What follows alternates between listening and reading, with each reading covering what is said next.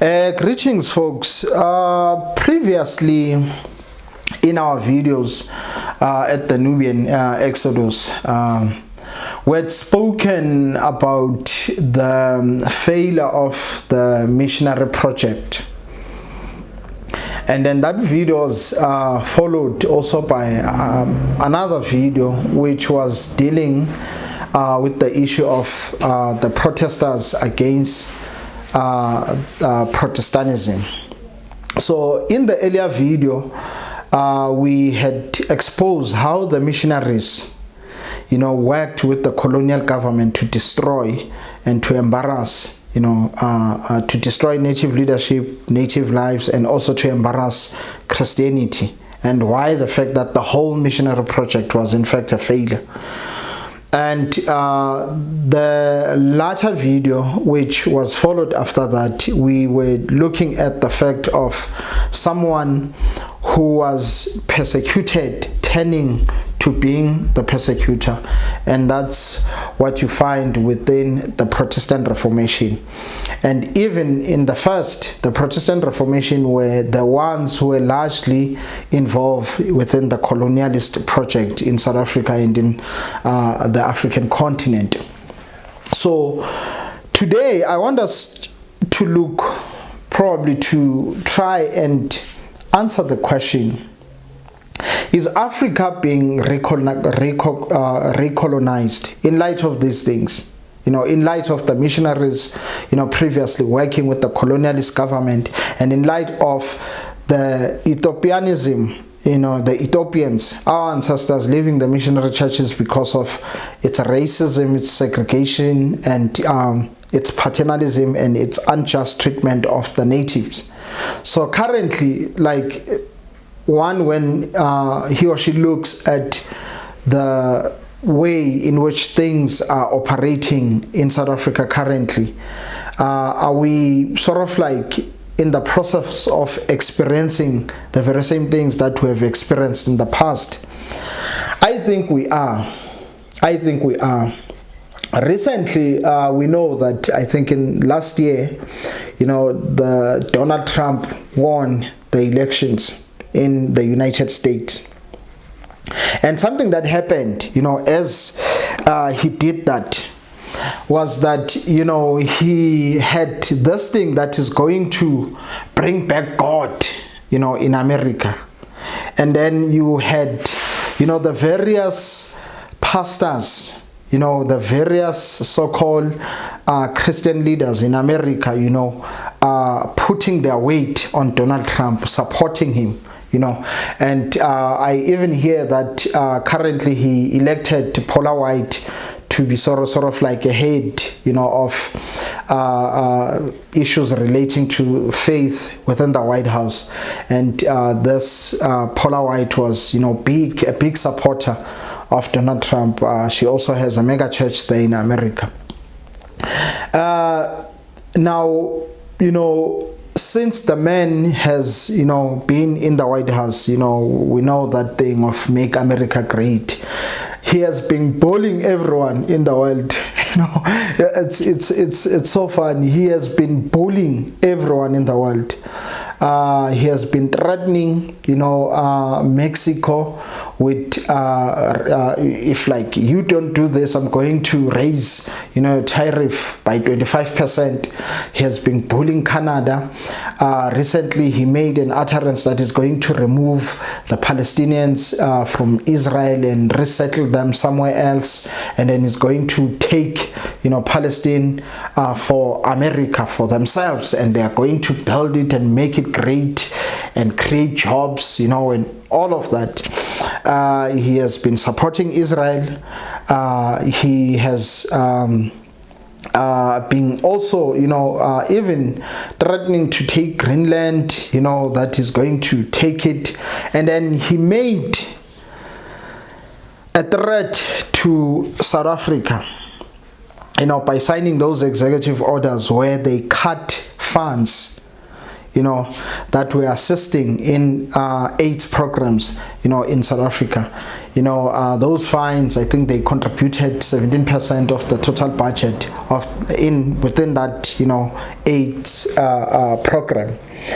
And he threatened South Africa that is going. In fact, he has in fact stopped the flow of funds towards that project, because the reason that he says that is because of South Africa is mistreating the Afrikaner population. We are taking their lands. He even say horrible things are happening in South Africa. Whites are being, are killed. There's white genocides, in South Africa. There's farm murder, in South Africa.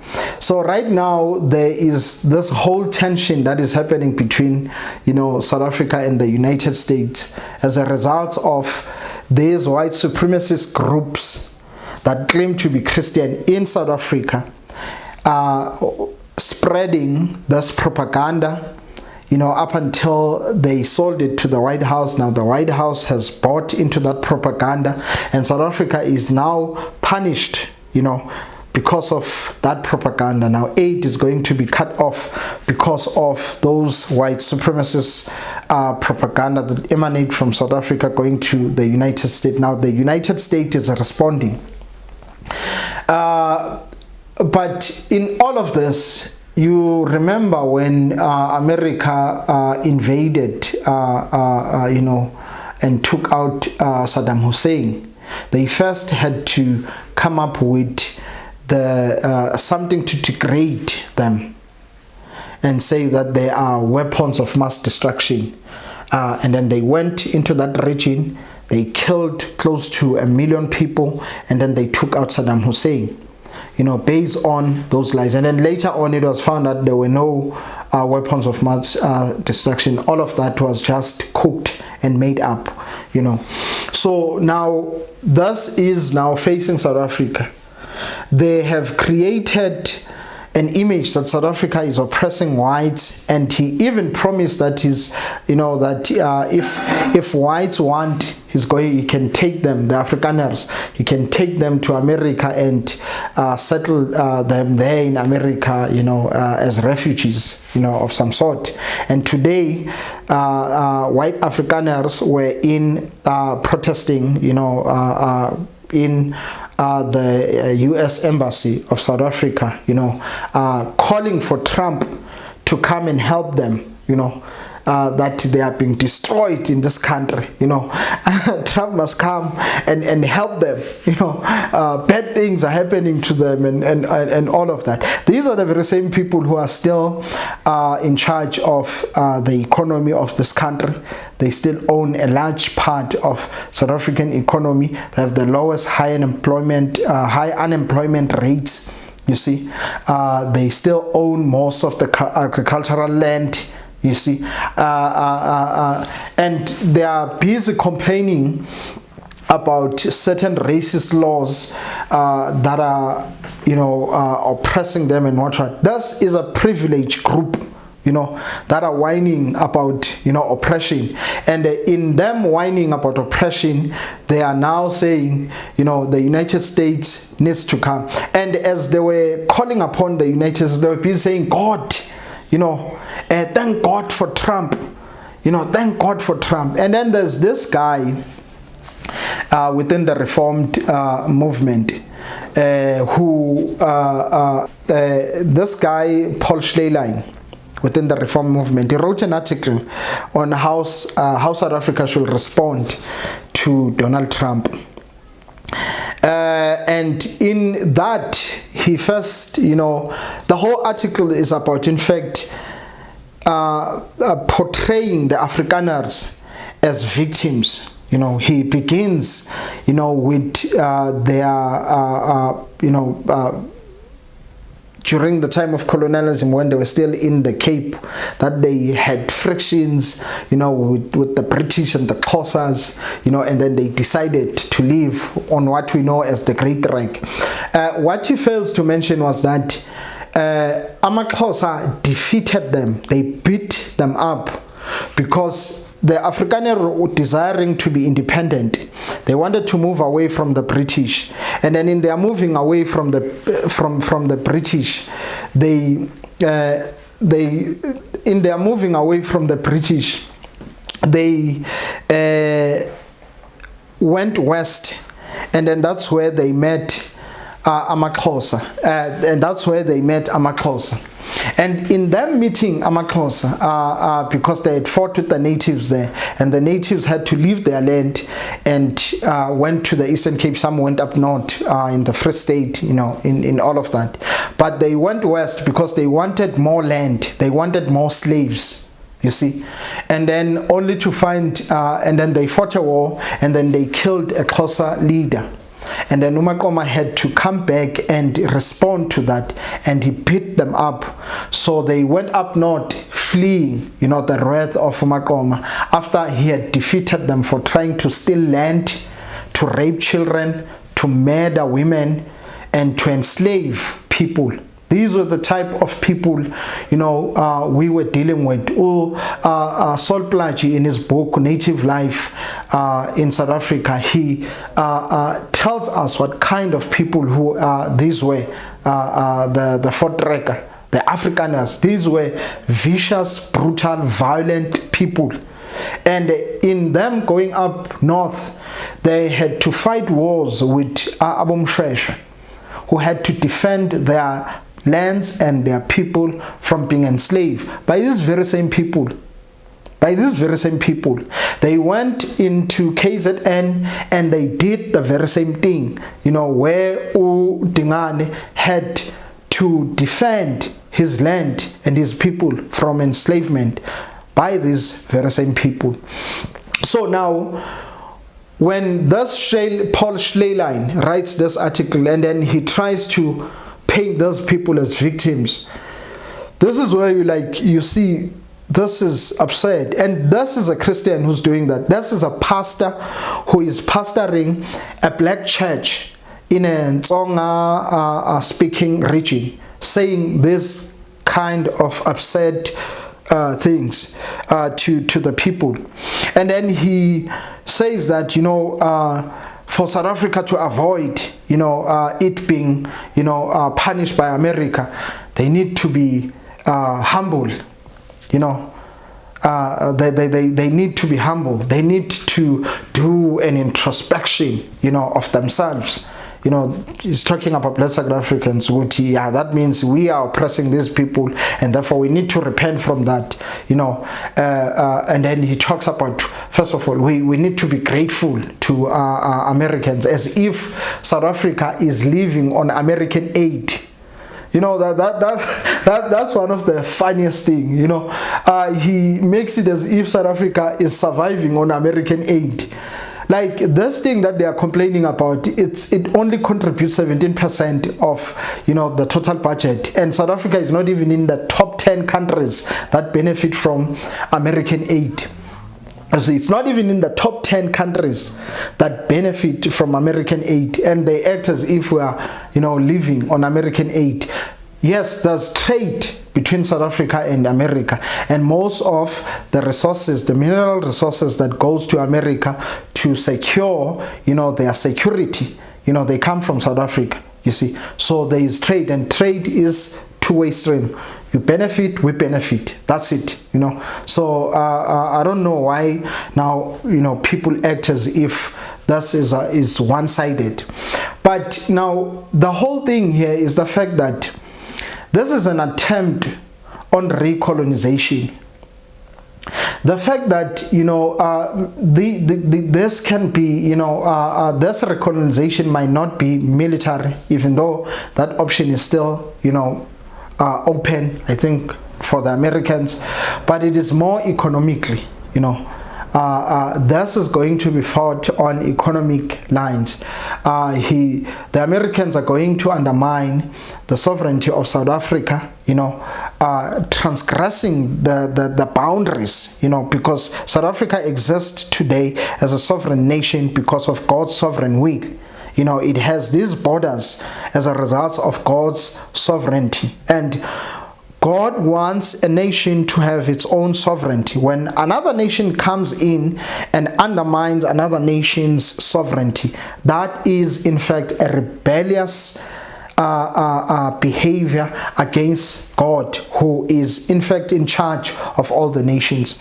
So now, this is an attempt on recolonization, and you then have these white pastors on the side of this imperialist American nation defending these lies that, there are people who are being, oppressed in South Africa. There are people whose lands are being taken, whilst they can't even point one land which has been taken from the Afrikaner. Even this Expropriation Act, which has been signed into law, simply doesn't allow the government to expropriate land willy-nilly. There still has to be looking at the land coming to the market value. There has to be a negotiation between the person who owns the land and the government. This is not an act that allows the government to just come and take anyone's land and all of that. Even today, there's not even one land that has been taken, even though people are crying as if this has been so. So the thing is, this is a propaganda which is bad, and then this is an attempt to recolonize South Africa, and churches, which with American funding, they are being used, to support this propaganda. They are being used to support this propaganda. Just like back in the days, missionaries, pastors, were working with the colonialists as they were taking, people's land, and the name of God was used in that process. We are trying to civilize these people.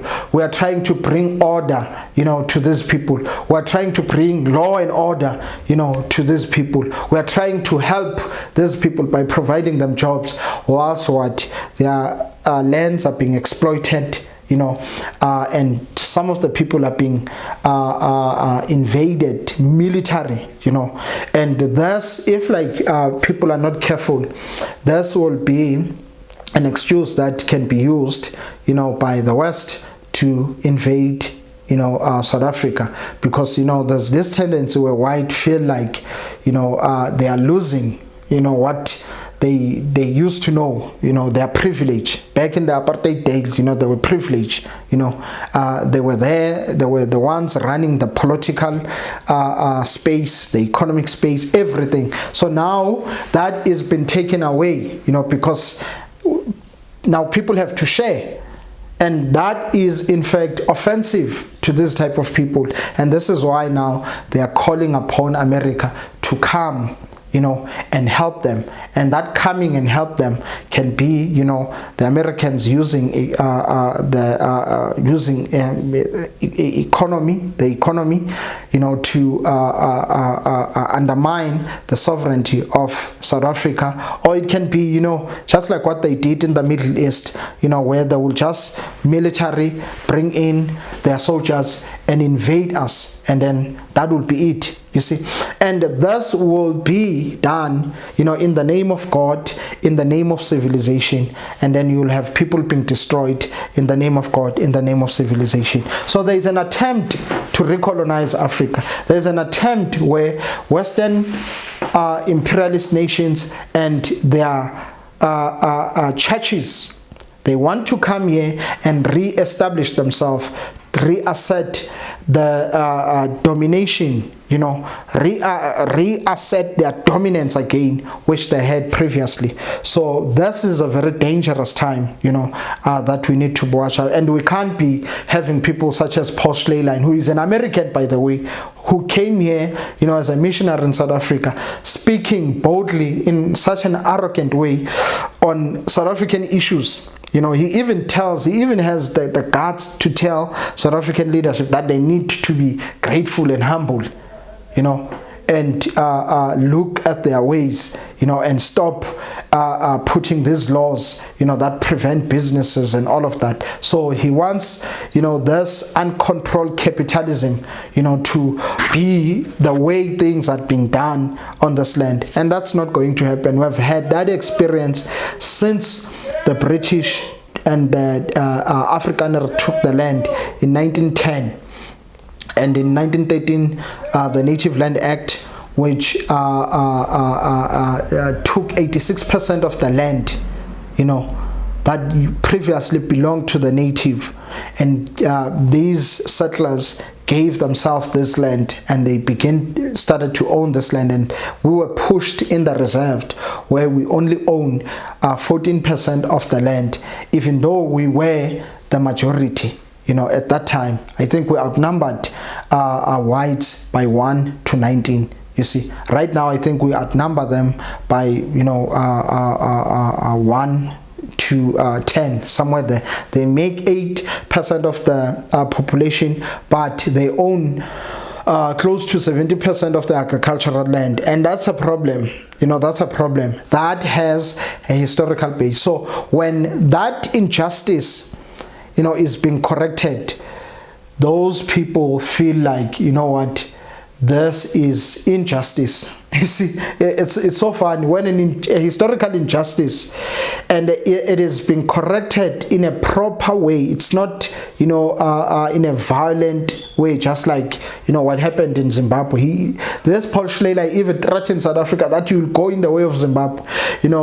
This is not sort of like the land reforms, that took place in Zimbabwe. This is not that, because here you still have, the government and the owner of the land entering into a negotiation, and then having to pay, the government having to pay a fair amount for that land, that they want to expropriate. So this is not, there are no white people who are being killed, there are no white people who are being, destroyed. There are no bad things happening in South Africa. In fact, the bad things that are happening in South Africa are largely affecting black people. They are the ones that are affected by poverty, unemployment, crime, and all these kinds of things. So, some preachers need to be careful. Some preachers need to be careful, because now we don't want to have schisms and divisions within the church, because that can happen. Historically, it has happened, from the early times, of the church, where you had the East-West division in the early church, and then you had also the schism of 1045. You had the 1517, the Protestant, and then the 1884, which is the Ethiopianism. So those schisms have happened, and you don't want to have such problem in the church. But such things are created by people who are careless, in the things that they write and they speak. You don't, if you are a preacher, you have to be factual.